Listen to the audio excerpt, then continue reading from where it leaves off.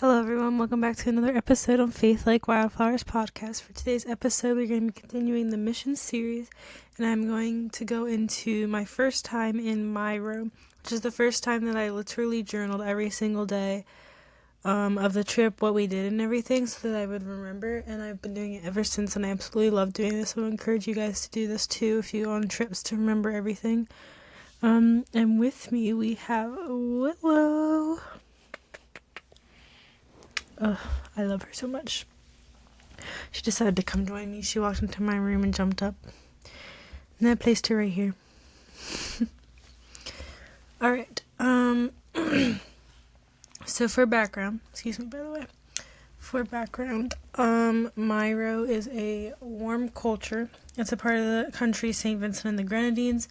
And then there's other islands like Canawan, Union, Beckway, couple others that are part of the main island, St. Vincent and the Grenadines, and Mayreau is one of them. And they had a hurricane in July of 2024 that hit the island, and the island never gets hurricanes. It always goes north of them and never actually hits them. They have not had a hurricane in like over 70 so years, I think. I think they said one was in like 1950 or something, if I remember correctly. I could be wrong with that, so don't take my word for that.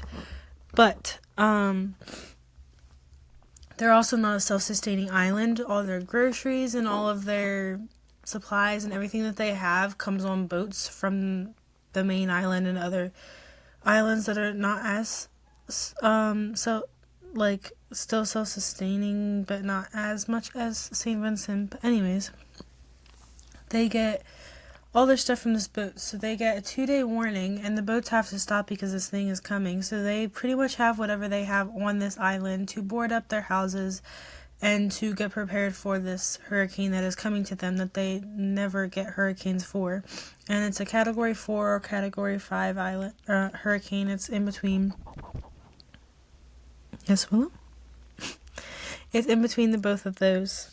So it's a pretty strong hurricane, and they did not have much time to prepare for it at all or get stuff. Nobody died on the island. Praise God for that. But pretty much everything was completely damaged. Almost nothing was livable. They had to wait forever to get supplies and things to come from other countries. Governments stepped in, like the French government, things like that. But they had to wait for a bunch of supplies to come that they were buying from the U.S., different things like that. And so a group from my church and a couple other people that don't go to my church, went down, one of the first weeks in January. I think it was the second or third week, and went down to help the YWAM base and the community, and we had originally planned to mostly help the YWAM base that's down there, but they had sent 4 containers in October and November of 2024, and St. Vincent and the government was like holding them in St. Vincent, and they didn't do they have like this check system that they check things in, and I don't know exactly what all they do, but that process was taking forever, and so their containers actually had still not shown up when we were there in January of 2025. So most of what we did was just like cleaning up rubble, cleaning up trash around the base, and we were able to go in the community a lot more than originally planned, and tried to help the community in different ways, but even the community didn't have a lot of supplies, so there wasn't a lot that we could do. We ended up helping a guy paint his house and shop. We talked to a lot of people and just heard their stories from the hurricane, and did some evangelizing and praying for the community. We were in the community a lot that week. Also able to go to the beach because it's a tiny island in the Caribbean, so that was really fun. There also was not much electricity, not much running water at this time, 6 months after the hurricane. still the island had not gotten a lot of stuff to be able to fix that up. So it was really humbling and super good experience to be able to just live like a super simple life. Our meals were really simple because we didn't have much electricity. Eating in the dark with solar lamps, doing devotions in the morning with solar lamps, and just enjoying this very simple life. It's an experience that I will forever cherish. I never had experienced something like that. I never really experienced a missions trip where it was a lot of just roughing it.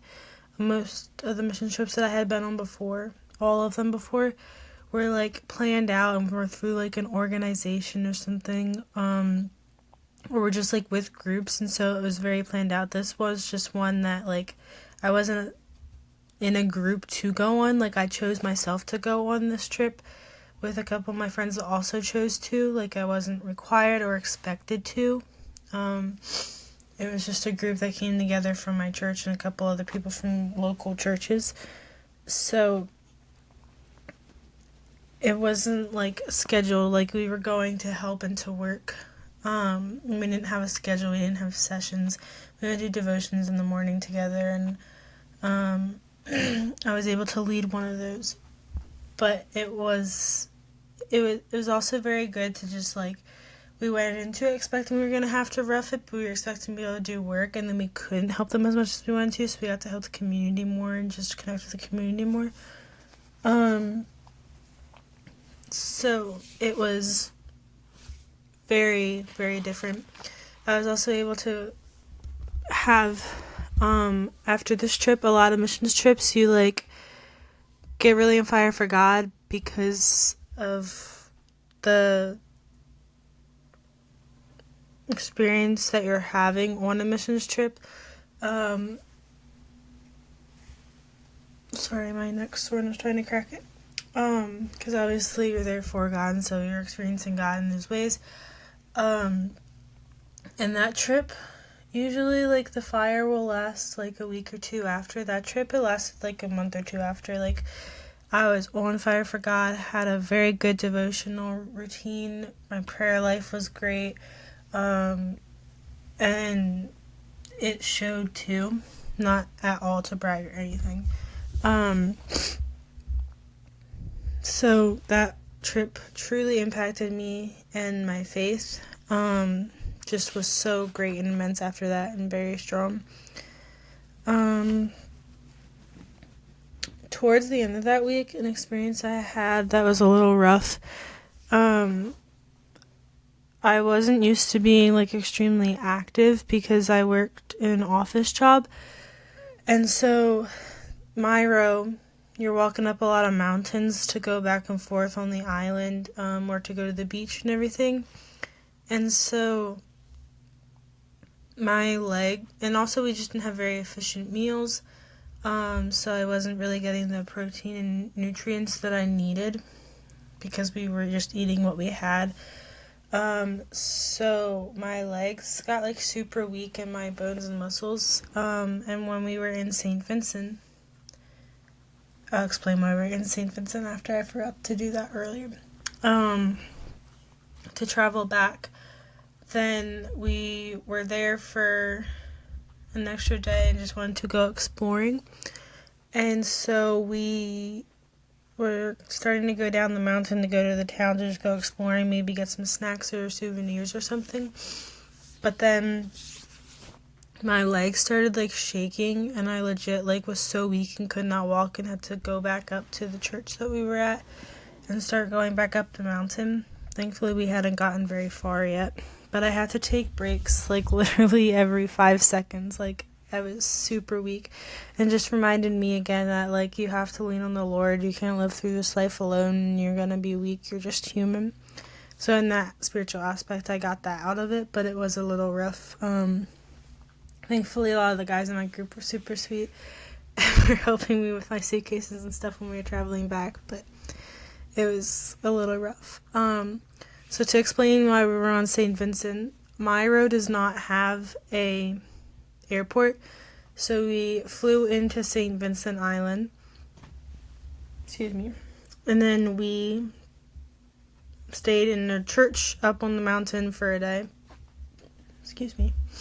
And then we would take the fast ferry, which is like a 2 or 3 hour boat ride to Mayreau, and then on the way back we were going to take a slower ferry, but the slower ferry was not working, so we had to take the fast ferry back a day early. And the fast ferry was a little rough, and so if you're on the top, that's very nice because then you get fresh air. And then you can also go to the front of the boat too, which is super cool. That was fun. On the way there, I did not get seasick, and the waves were pretty chill. On the way back, though, the waves were a lot choppier, and I had to go to the bathroom, so I started out in the bottom on the inside, and then they locked the door till we got to the next island, which was only 15 minutes away. So I started getting seasick inside, and because there was not a lot of air movement, and then when we got to the island, I could go to the top with the rest of my group, but I couldn't be up front because I was already kind of seasick, and the waves were a lot choppier.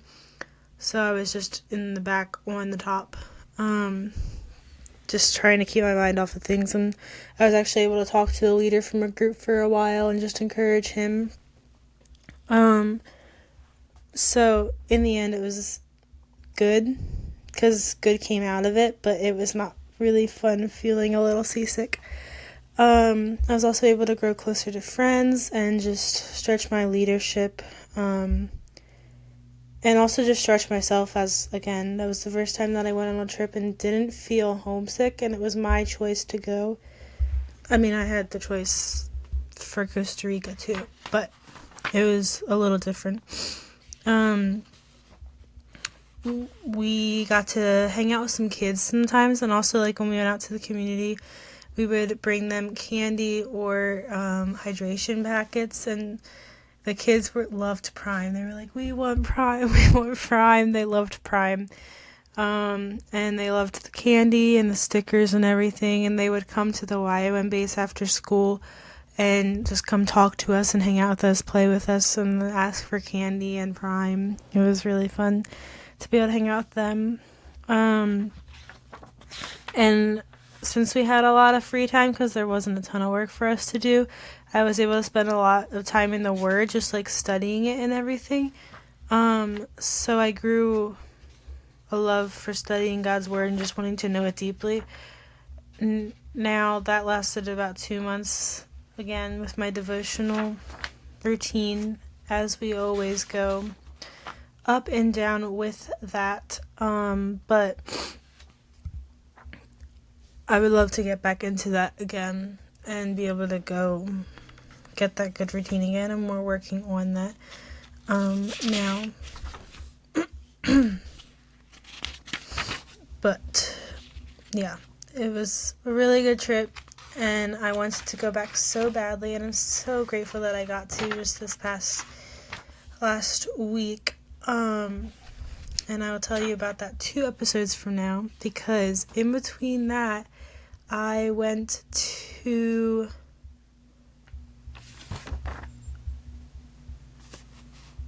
I was trying to read my journal to make sure I didn't miss anything. I went to Romania, and that has been my absolute favoriteest missions trip that I've ever gone on, and I can't wait to tell you about that. And that might be a long episode because it is 3 weeks long. Oh, my heart. I just want to go back to Romania so bad. I loved it. I loved the people. So I can't wait to film the episode for you guys and post that episode for you to hear about that trip. And I know a lot of people from my church watch this, so if you ever get the chance to go to Romania, do it. It is such a good trip. I absolutely love it, and I want to go back next year. So that is it for today's episode. I hope you guys are enjoying these. And yeah, I hope you guys have a blessed rest of your day.